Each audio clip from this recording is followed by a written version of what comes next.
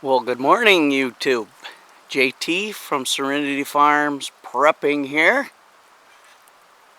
So, the pond water fountain is working. Of course, it's solar. Still a small sheet of ice on that little pond. But, spring may be sprung here on the mountain. It's only 42 today, but it's awful sunny. Starting to get everything ready.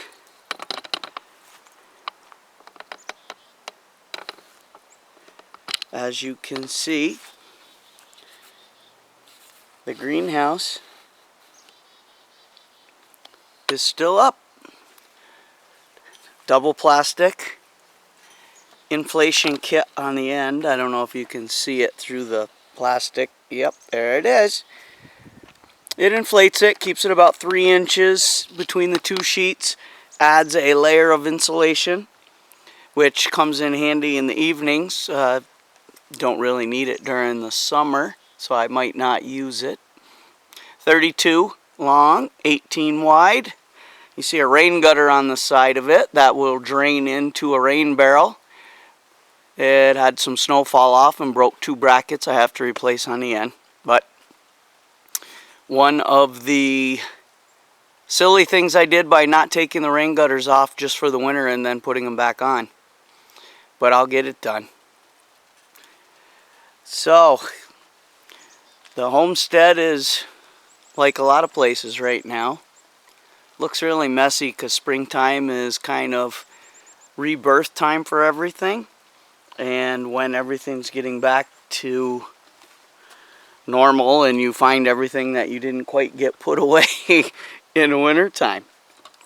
So as we scan the raised beds, I have 21 in total, and I'm gonna let them go a little bit longer. I checked the soil and it's not quite 50 yet, and I like to let all the little creepy crawlies and everything that's growing in there that are gonna do well for us during the season get reborn and leave the soil as it gets too hot. But we gotta wait a little bit more. It was only like 40 degrees in there today. The sun's pounding on them. It'll get warmer. I'm not even gonna stir it up. I'm just gonna leave it alone. Oh, so I forgot. It's lunch break. Oh, it's right there. So, it's spring everywhere. I'm not exactly under shelter in place or safe distancing rules here at the homestead. As a matter of fact, I've probably completely ignored those everywhere that I've decided I had to go. I don't think for a minute that I'm invincible. I do consider myself extremely healthy. I've worked very hard to get that way. So some would say, then you should be taking precautions to stay that way. And you're probably right. I do take precautions in that I avoid people, especially those already wearing a mask and gloves. If I go somewhere, it's in and out. I touch nothing. I do have my nitros with me at all times, and normally I have sunglasses on, and I actually do have an N95 mask and another set of gloves in my truck and my car. In case I go somewhere, I'll put them in my pocket if I'm going into a store, in case it's overly crowded, which usually means I just turn around and leave. But if I decide I need to be there and I'm going to be in and out, I have yet to actually put them on. So I'm not going to preach to you one way or the other about whether you should or shouldn't, because I never consider myself a hypocrite. So other people might, but I don't. Alright, so what's the purpose of this video besides I was on lunch break and apparently love to hear the sound of my own voice.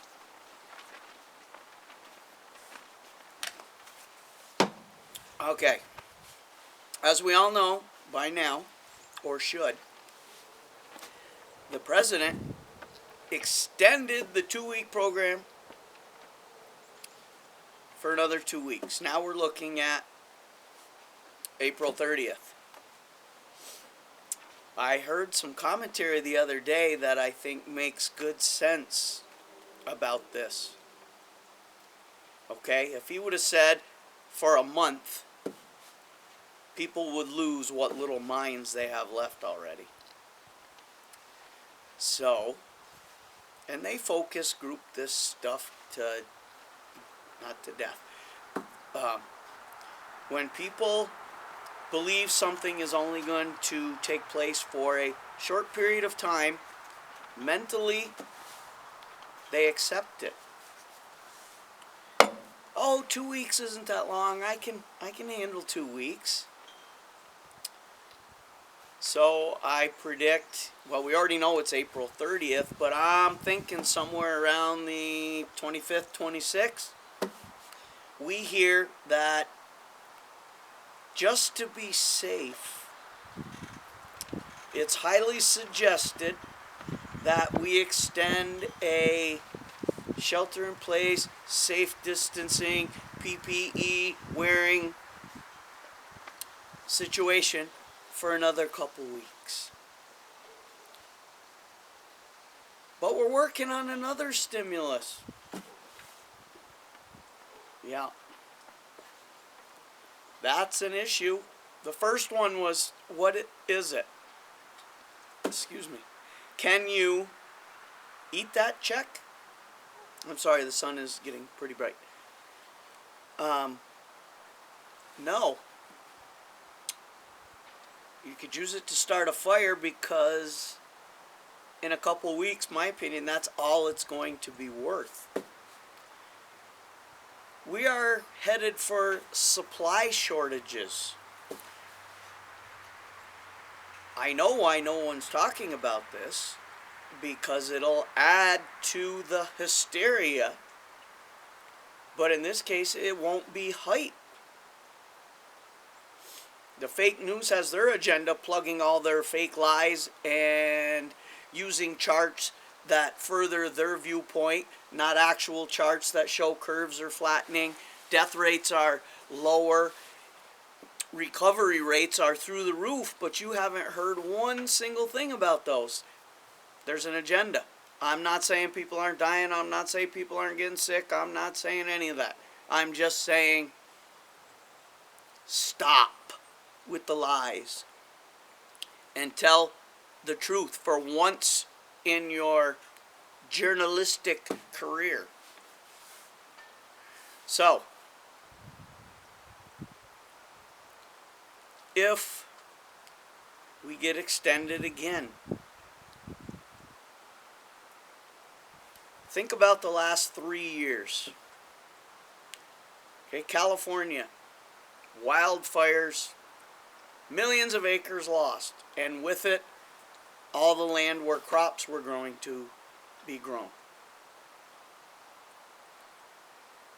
This past year, the Midwestern states, massive flooding, millions more acres lost, not to mention untold number of livestock, cows, pigs, chickens, all the protein sources that are grown and distributed throughout the USA, gone. Those don't turn over and grow in 2 weeks. Okay? Those acres in California that were burned, they used water and in some instances chemicals to put all those fires out. Then they get their rains and all that leaches down into the water supply. Then that water supply is funneled into your belly. Okay, but those lands won't be planted this year. Those Midwestern farms that lost all those acres of crops. Floodwaters carry nasty, nasty crap in them. Oil, gas, everything it picks up, it just moves along, deposits it, and the water keeps moving. Those lands are tainted now, maybe tarnished forever. Soil samples will be taken, maybe some counter active ingredients can be added to try and offset what's going on with the soil, but nonetheless, they're not going to be used this year. Some of them maybe never. 325 legal Americans in this country. Probably another 50 to 75, probably 100 million illegal here. They don't contribute much, but they sure eat a lot. So, where exactly is your food going to come from when the current supply, which was all harvested months ago, is gone? We already know stores only hold 3 days worth of food because that's all they have room for in their storehouse. Otherwise, that would start to spoil. So the shelves getting empty are a combination of people initially being labeled as hoarders, when in reality, if they still got some of that left because they haven't ate everything in sight for this past 2 weeks, they're going to be glad they got that. As preppers, this is what we've been doing for years. We don't need to go fill 3 grocery carts with food looking like an EB tier because we buy a little bit every time we go to the store and we put it away for a rainy virus day. Alright, we've been scoffed at, ridiculed, labeled as extremist, zealots, crazies. Might be that one. But crazy good now, aren't we? Okay. This also puts us in a precarious predicament. Because all those who scoffed and laughed and ridiculed, as they get hungrier, at first they actually get a little bit smarter. I know. Why now? Well, fear makes some people a little smarter. Eventually, when they get hungry enough, their senses will dull even more than they usually are. But they remember things like your name or where you live or that you're one of them crazy preppers. Yeah, I've already had a couple friends mention in passing that I have tried over the last couple years to see the error of their ways and hope that they would just fill the pantry up for a couple weeks. Just for a power outage. Had a couple actually admit, you know, JT, some of that stuff you were talking about, we did a little bit of that because I don't know where this is going. Hello, welcome to the real world. Thank you. Now I don't have to shoot you. They laugh. I don't. They get it. So, is it time for us to reach out to certain family members, friends that have always been less than excited about the thought of prepping. Now, that's a double-edged sword if we decide to do that. They're not people we haven't reached out to before, so it's not like they're brand new and we don't know them and what their possible reaction to our suggestion might be. I'm not saying people you've never talked to about it before. If someone approaches you, then you can decide how to proceed with that conversation. But I think, and I've already done this, that it's prime time to reapproach 2, 3, 4 people that maybe were hovering on the edge, weren't sure. I think that they're ripe for picking. And I'm not talking about taking advantage of people. Don't misinterpret that. I'm talking that they're going to be much more susceptible and open to what we've been doing and saying for years. Is there enough time for them to get prepared as we are? No, I don't believe there is. But I'm also not talking about getting them as prepared as we are. I'm talking about getting them prepared enough to come to where you may have an area for them to set up home.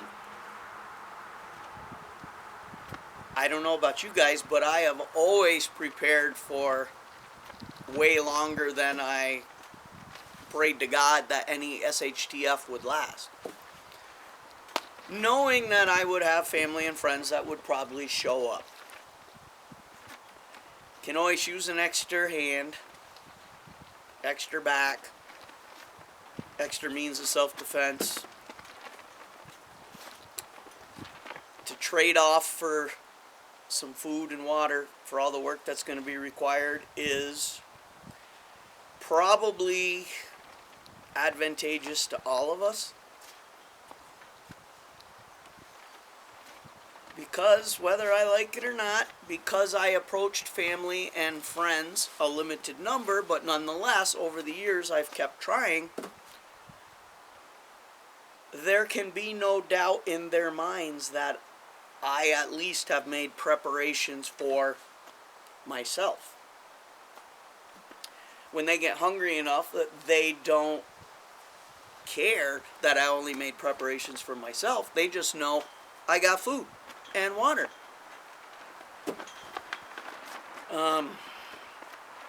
It's a tough call, but it's one that I'm going to make. I think it's time. Now, how does this factor in with social distancing? Well, I'm not talking about having them move up here tomorrow. I'm hoping within 30 days that the majority of people who are going to get infected has already happened. I'm far, far away from the cesspool of New York City and other major metropolises. So we have 8 or 9 cases in our county, all been bagged and tagged, and supposedly all the people with direct contact have also been informed of their new status. But relatively unscathed to this area, unless Air Como is still shipping people towards us in the dead of night. Rumor control has it. Authorities have denied it. That pretty much makes it valid in my opinion. But in about 30 days, I would think, if the curve hasn't flattened, as they like to say, then we got bigger issues than if someone coming up may be positive but asymptomatic. Now, if people are going to come up and bring supplies and get living quarters ready and stuff like that, I can recommend please come up wearing proper PPE attire, and we'll do what needs to be done, and you can be on your way. That's not an unreasonable or unrealistic scenario,